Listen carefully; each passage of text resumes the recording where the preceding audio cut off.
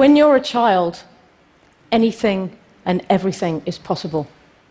The challenge so often is hanging on to that as we grow up. And as a 4-year-old, I had the opportunity to sail for the first time. I will never forget the excitement as we closed the coast. I will never forget the feeling of adventure as I climbed on board the boat and stared into her tiny cabin for the first time. But the most amazing feeling was the feeling of freedom, the feeling that I felt when we hoisted her sails. As a 4-year-old child, it was the greatest sense of freedom that I could ever imagine. I made my mind up there and then that one day, somehow, I was going to sail around the world.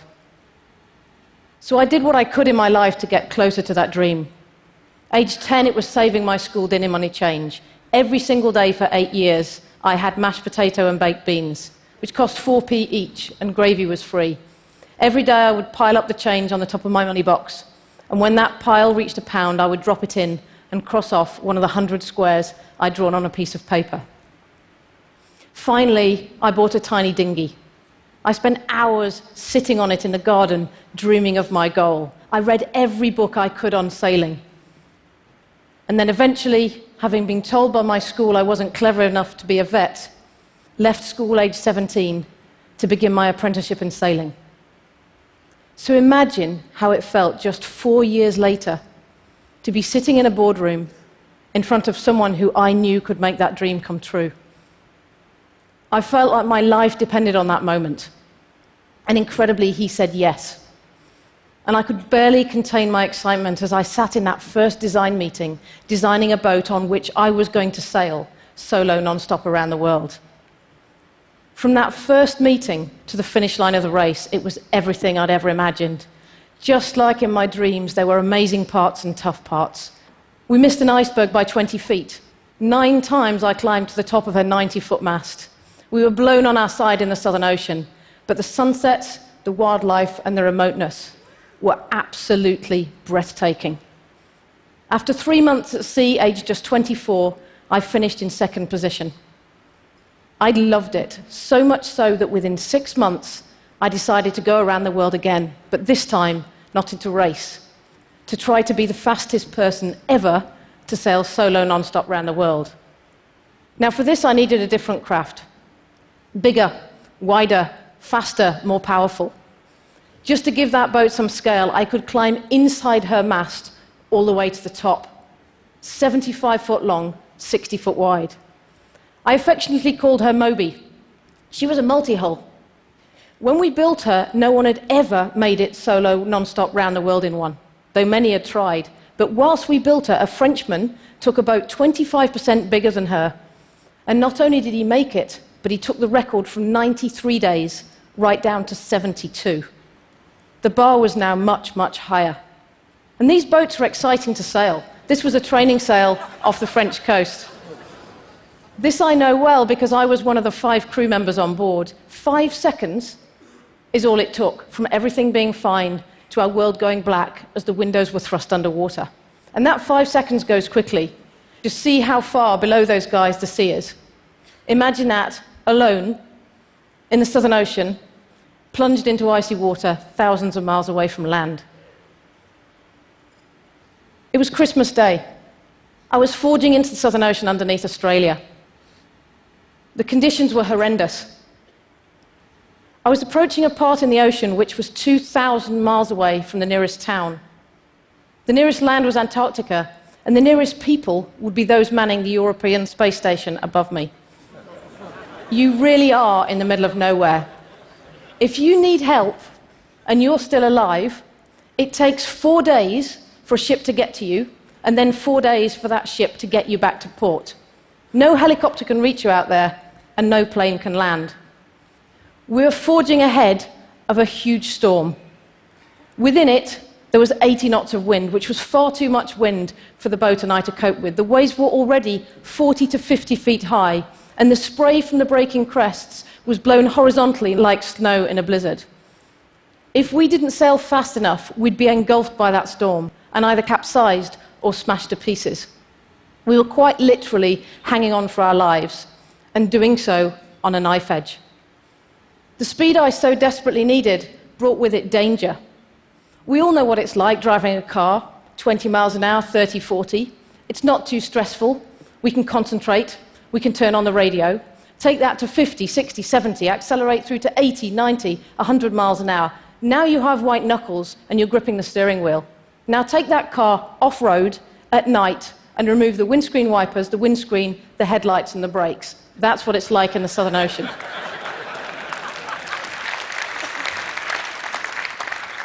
You can imagine it would be quite difficult to sleep in that situation, even as a passenger. But you're not a passenger. You're alone on a boat you can barely stand up in, and you have to make every single decision on board. I was absolutely exhausted, physically and mentally. 8 sail changes in 12 hours. The mainsail weighed 3 times my body weight, and after each change, I would collapse on the floor soaked with sweat, with a freezing Southern Ocean air burning the back of my throat. But out there, those lowest of the lows are so often contrasted with the highest of the highs. A few days later, we came out of the back of the low. Against all odds, we'd been able to drive ahead of the record within that depression.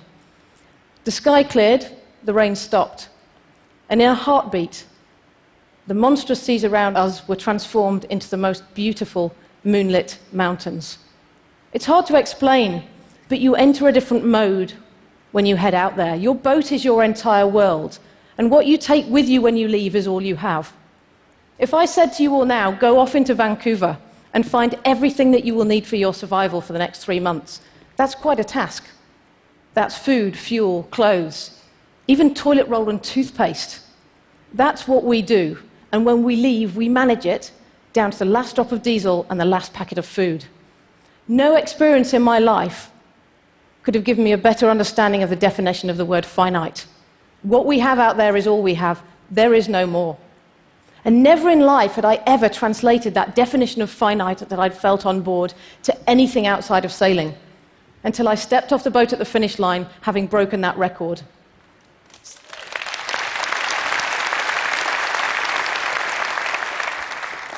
Suddenly I connected the dots. Our global economy is no different. It's entirely dependent on finite materials we only have once in the history of humanity. And it was a bit like seeing something you weren't expecting under a stone and having 2 choices. I either put that stone to one side and learned more about it, or I put that stone back and I carried on with my dream job of sailing around the world. I chose the first. I put it to one side, and I began a new journey of learning, speaking to chief executives, experts, scientists, economists, to try and understand just how our global economy works. And my curiosity took me to some extraordinary places.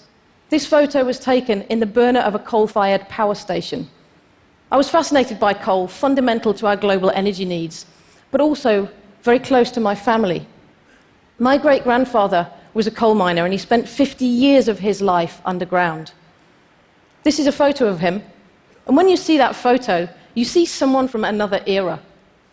No one wears trousers with a waistband quite that high in this day and age. But yet that's me with my great-grandfather. And by the way, they are not his real ears. We were close. I remember sitting on his knee listening to his mining stories. He talked of the camaraderie underground and the fact that the miners used to save the crusts of their sandwiches to give to the ponies they worked with underground. It was like it was yesterday. And on my journey of learning, I went to the World Coal Association website, and there in the middle of the homepage it said, we have about 118 years of coal left. And I thought to myself, well, that's well outside my lifetime, and a much greater figure than the predictions for oil. But I did the maths, and I realized that my great-grandfather had been born exactly 118 years before that year.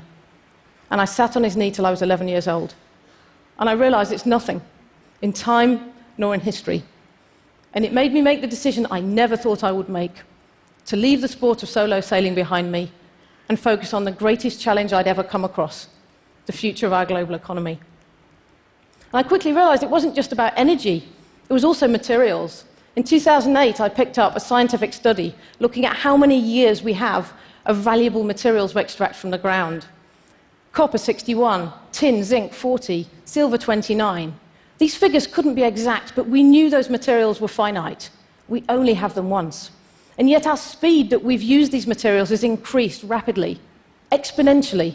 With more people in the world with more stuff, we've effectively seen 100 years of price declines in those basic commodities erased in just 10 years. And this affects all of us.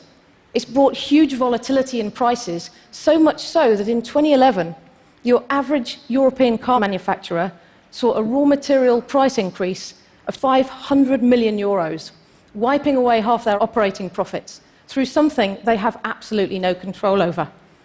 And the more I learnt, the more I started to change my own life. I started traveling less, doing less, using less. It felt like actually doing less was what we had to do. But it sat uneasy with me. It didn't feel right. It felt like we were buying ourselves time. We were eking things out a bit longer. Even if everybody changed, it wouldn't solve the problem. It wouldn't fix the system. It was vital in the transition, but what fascinated me was in the transition to what? What could actually work? It struck me that the system itself, the framework within which we live, is fundamentally flawed. And I realized ultimately that our operating system, the way our economy functions, the way our economy has been built, is a system in itself. At sea, I had to understand complex systems. I had to take multiple inputs. I had to process them. And I had to understand the system to win. I had to make sense of it. And as I looked at our global economy, I realized it too is that system. But it's a system that effectively can't run in the long term. And I realized we'd been perfecting what's effectively a linear economy for 150 years, where we take a material out of the ground, we make something out of it, and then ultimately that product gets thrown away. And yes, we do recycle some of it, but more an attempt to get out what we can at the end, not by design. It's an economy that fundamentally can't run in the long term. And if we know that we have finite materials, why would we build an economy that would effectively use things up, that would create waste? Life itself has existed for billions of years and has continually adapted to use materials effectively. It's a complex system, but within it there is no waste. Everything is metabolized. It's not a linear economy at all, but circular. And I felt like the child in the garden. For the first time on this new journey, I could see exactly where we were headed. If we could build an economy that would use things rather than use them up, we could build a future that really could work in the long term. I was excited. This was something to work towards. We knew exactly where we were headed. We just had to work out how to get there. And it was with exactly this in mind that we created the Ellen MacArthur Foundation in September 2010. Many schools of thought fed our thinking and pointed to this model. Industrial symbiosis, performance economy, sharing economy, biomimicry, and of course, cradle-to-cradle design. Materials would be defined as either technical or biological. Waste would be designed out entirely. And we'd have a system that could function absolutely in the long term. So what could this economy look like? Maybe we wouldn't buy light fittings, but we'd pay for the service of light, and the manufacturers would recover the materials and change the light fittings when we had more efficient products. What if packaging was so non-toxic it could dissolve in water and we could ultimately drink it? It would never become waste. What if engines were remanufacturable and we could recover the components, materials, and significantly reduce energy demands? What if we could recover components from circuit boards, reutilize them, and then fundamentally recover the materials within them through a second stage? What if we could collect food waste, human waste? What if we could turn that into fertilizer, heat, energy, ultimately reconnecting nutrient systems and rebuilding natural capital? And cars, what we want is to move around. We don't need to own the materials within them.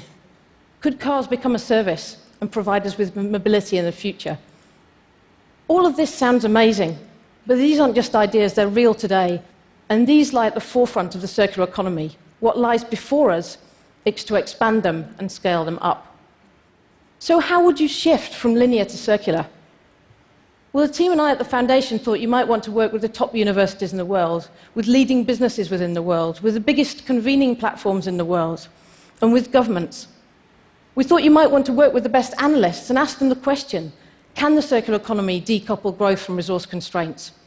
Is the circular economy able to rebuild natural capital? Could the circular economy replace current chemical fertilizer use? Yes, was the answer to the decoupling, but also, yes, we could replace current fertilizer use, by a staggering 2.7 times. But what inspired me most about the circular economy was its ability to inspire young people.